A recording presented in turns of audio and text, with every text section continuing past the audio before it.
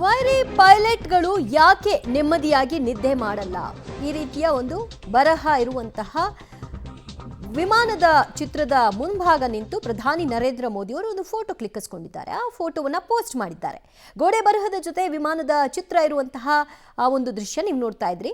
ಇದರ ಮುಂದೆ ಮೋದಿ ಅವರು ನಿಂತ್ಕೊಂಡು ಫೋಟೋವನ್ನ ತೆಗೆದುಕೊಂಡಿದ್ದಾರೆ. ಅದರಲ್ಲಿ ನೀವು ಗಮನಿಸ್ತಾ ಇರಬಹುದು, ವೈರಿ ಪೈಲಟ್ಗಳು ಯಾಕೆ ನೆಮ್ಮದಿಯಾಗಿ ನಿದ್ದೆ ಮಾಡಲ್ಲ ಅಂತ.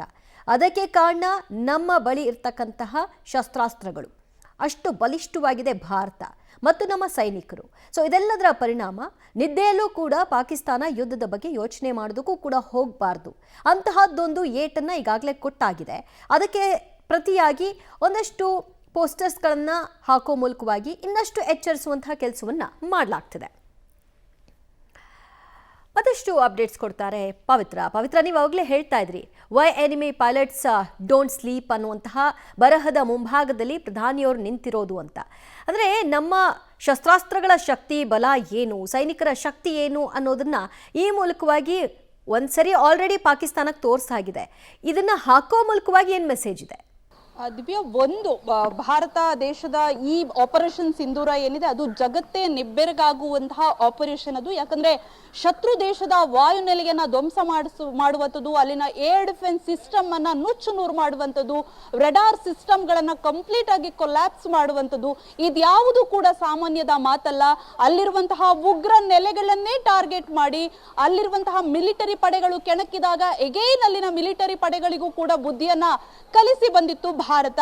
ಅಲ್ಲಿರುವಂತಹ ನಾಗರಿಕರಿಗೆ ಯಾವುದೇ ರೀತಿಯಲ್ಲಿ ಹಾನಿಯಾಗದಂತೆ ದೊಡ್ಡ ಮಟ್ಟದ ಆಪರೇಷನ್ ಅನ್ನ ಭಾರತ ತುಂಬಾ ರಿಸ್ಕ್ ತೆಗೆದುಕೊಂಡೇ ಮಾಡಿತ್ತು. ಜೊತೆಗೆ ಪಾಕಿಸ್ತಾನ ಹಾಗೂ ಭಾರತ ಎರಡೂ ಕೂಡ ಪರಮಾಣು ಇರುವಂತಹ ದೇಶ. ಹಾಗಾಗಿ ಆ ವಿಚಾರದಲ್ಲೂ ಕೂಡ ಭಾರತ ಎಲ್ಲಾ ರೀತಿಯ ರಿಸ್ಕ್ ಅನ್ನ ತೆಗೆದುಕೊಂಡು ದೊಡ್ಡ ಮಟ್ಟದ ಆಪರೇಷನ್ ಅನ್ನ ಮಾಡಿತು.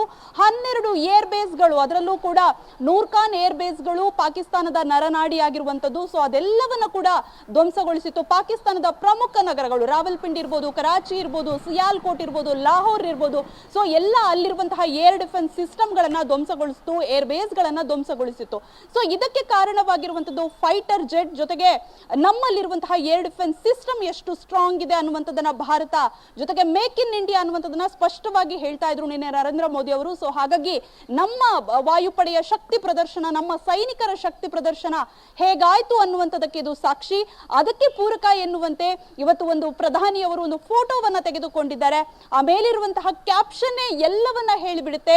ಶತ್ರು ಪಡೆಗೆ ನಮ್ಮ ಪೈಲಟ್, ನಮ್ಮ ಫೈಟರ್ ಜೆಟ್ಗಳು ಬಂದ್ರೆ ಎಷ್ಟು ಪ್ರಮಾಣದಲ್ಲಿ ನಡುಕ ಉಂಟಾಗುತ್ತೆ, ಆ ಶತ್ರು ದೇಶದ ಪೈಲಟ್ಗಳು ಯಾವ ರೀತಿ ನಿದ್ದೆಗೆಡ್ತಾರೆ ಅನ್ನುವಂಥದ್ದನ್ನ ಸೂಚ್ಯವಾಗಿ ತಿಳಿಸೋದಕ್ಕೆ ಈ ಫೋಟೋವನ್ನ ತೆಗೆದುಕೊಂಡಿದ್ದಾರೆ ಅನ್ಸುತ್ತೆ. ಸೊ ಒಂದು ಫೋಟೋದಲ್ಲಿ ಅನೇಕ ಸಂದೇಶಗಳಿದಾವೆ. ಅದರ ಜೊತೆಗೆ ಪಾಕಿಸ್ತಾನದ ಜೊತೆಗೆ ಚೀನಾ ಹಾಗೂ ಟರ್ಕಿಗೂ ಕೂಡ ಪಾಠ ಕಲಿಸಿದೀವಿ.